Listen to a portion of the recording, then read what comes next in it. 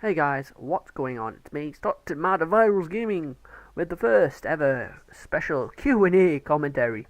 And the amount of times I've tried doing this, it's just now getting to the point where I'm just losing the will to live. I keep forgetting things, I think I'm forgetting things, right, so I'm just going to go through them in order, from left to right to the bottom bit. So, first left, Dynamite Gamer HD says, awesome video dude, Q&A stuffs. How old are you? When did you start YouTube, and why did you start? So, my age, I am 1,337 years old. Yep, that's how old I am. I'm not 19 at all. How old are you? No, I just asked that one, answered that one. So I started YouTube in November 27th. That was my first upload, which was pretty crap really. It was a transit Easter egg thing which turned out to be a permaperk, which was not an Easter egg at all. So yeah. And why did I start? Well, I was in the galleries one day and I decided that I saw this capture card for £10, and I thought, it took me a while to buy it, but I thought I'm gonna buy this and see what happened. And yeah, shitty quality all the way to 100. But yeah, I actually managed to find a way around that, interestingly, and I kind of made it work. I mean, my video quality wasn't as bad as I thought it would be, to be fair. I wish I could have had a full screen beforehand, but you know, what you can do, you can only do so much. So thank you for that question, Dynamite. I hope you like the answers to that. Distorted Alliance says, firstly, this has been one of the most supportive channels I'm subscribed to since I opened my channel. You're welcome. Thanks, man, and congrats on your recent successes and future accomplishments. Same to you. Questions for your Q&A. I mean, I'd personally like to say Distorted Alliance is a pretty awesome person. I do suggest you check him out because he does creepypasta sort of songs. Like, he takes like part of the creepypasta and adds a beat behind it and music. And his Jeff vs. Jeff the Killer one was pretty intense. It was very well done. I liked it.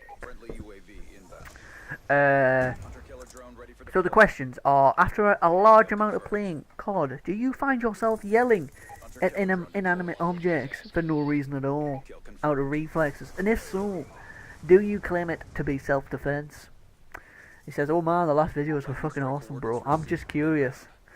Well, firstly, yes, I do shout at inanimate objects, and no, I don't think it is in self-defense. I just think it's me getting frustrated at the object in question. Like, you know the ends of beds? You'll know this if you have like a metal end or something, and you're just walking around and you just like somehow clip the end of it. Same goes for doors. Like, if you walk into the door somehow and you're like, oh my freaking foot. You blame it. 9 times out of 10 you look at the door and say, it's your fault. It's not my fault. You were in my way. You didn't move. So yeah, I do shout at inanimate objects. No, I don't think it's in self-defense. I would hope it's not in self-defense. No, is it self-defense? No, not really. It's just me getting frustrated. Me getting frustrated, as I do. Because I am. Because I can. I get frustrated with these things. That's just me. Me in a nutshell. So next question from My Game You Play Zach Wack Daniel Z. Well, he's got two questions, so we're going to answer both of them. His first question is, what's your favourite game of all time that you have played? And the second question is, what are your best and worst moments in gaming? So my favourite game of all time. I'm not going to list the games off because my games, because I'd be here all day. So I'm going to say the best gaming moment, my best game of all time has to be Red Faction. The campaign was spot on. The graphics were nice for a game of its time. The characters were had a very animatedness to them, and the game flowed nicely. And especially to the sequel, Red Faction 2, it was a massive step up in my opinion. To play as a guy called Alias, and the introduction to that game from Red Faction 2 is one of my favourite introduction cutscenes of all time. Up there with with Deception, Mortal Kombat Deception. What is my best and worst gaming moments in history? My best gaming moment, right? Picture this. It is CeeLo, Call of Duty World at War. I'm quite young. I'm a noob. I've never had like a good streak in my entire life on these games. 9 kills. 10 kills, and I'm like, oh my days, this could be special. 11 kills.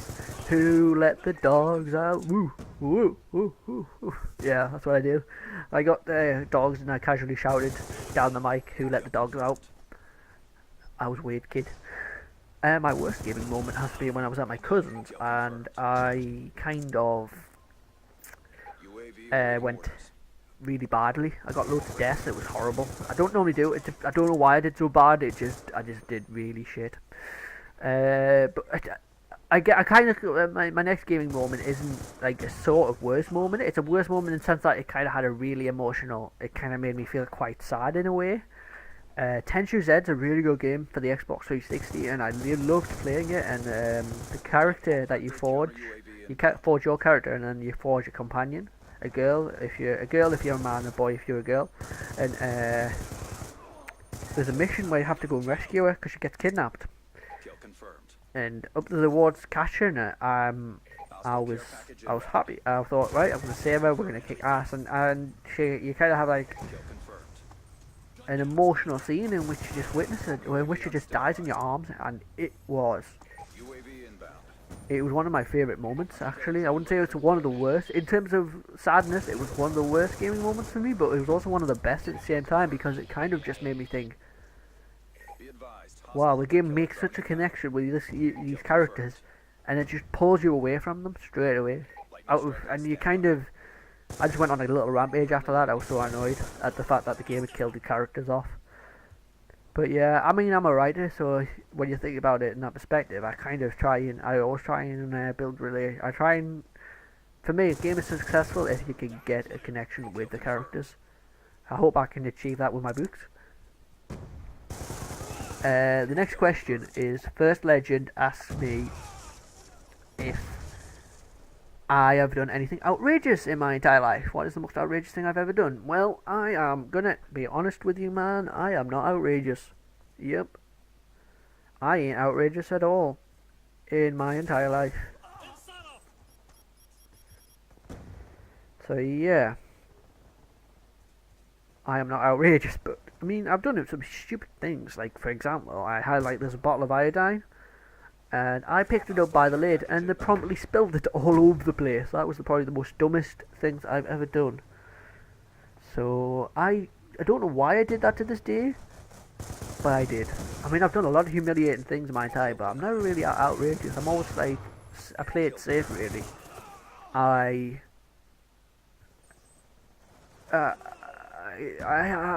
don't really. I was when you asked that question on Twitter, I was sitting there thinking, what is the most outrageous thing I've ever done? And I realised I'm not outrageous. I'm just really good at humiliating myself. That's all I'm good at. Finally, I mean, I hope that question answer was good enough. I mean, I didn't know what to say. That's the thing. I was it was a hard question to answer. Very hard in the fact that I haven't done anything outrageous. Not outrageous at all. So, Hollow Point 423 asks, what is my ultimate sci-fi movie and book?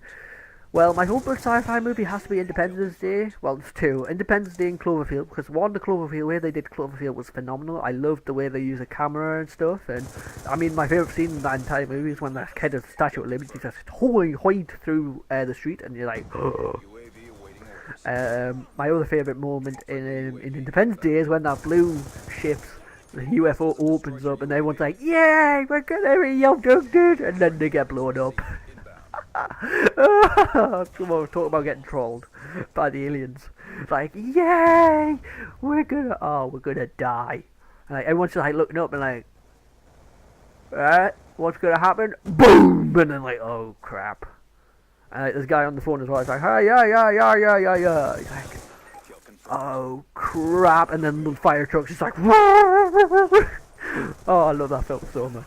My favorite books though, H.G. Wells is one of my favorite authors in terms of science fiction. Old authors like Frankenstein as well. I love Frankenstein by Mary Shelley. I'm reading that right now for my uni course.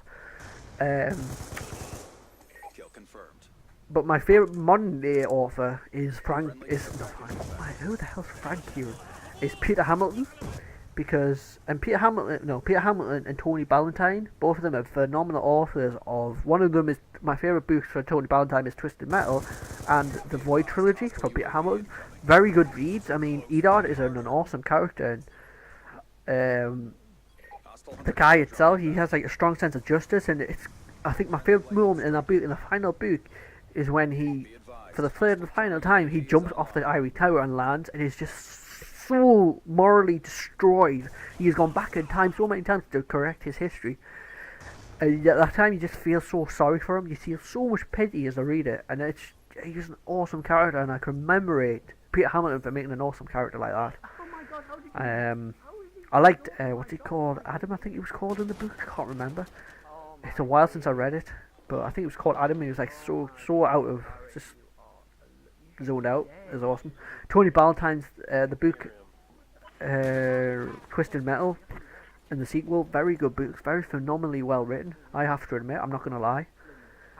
It was just the way the robots were humanized in a weird way. Like you had a sense that you felt sorry for them when the humans descended and just controlled them as we do. So I mean that's it really for the Q&A, guys. I mean I hope you enjoyed this. I hope you liked it, and I hope the answers were alright and good. And it was my first one. It took me a while to get this done, so I'm gonna leave you guys now. So thank you for watching, and stay tuned for more.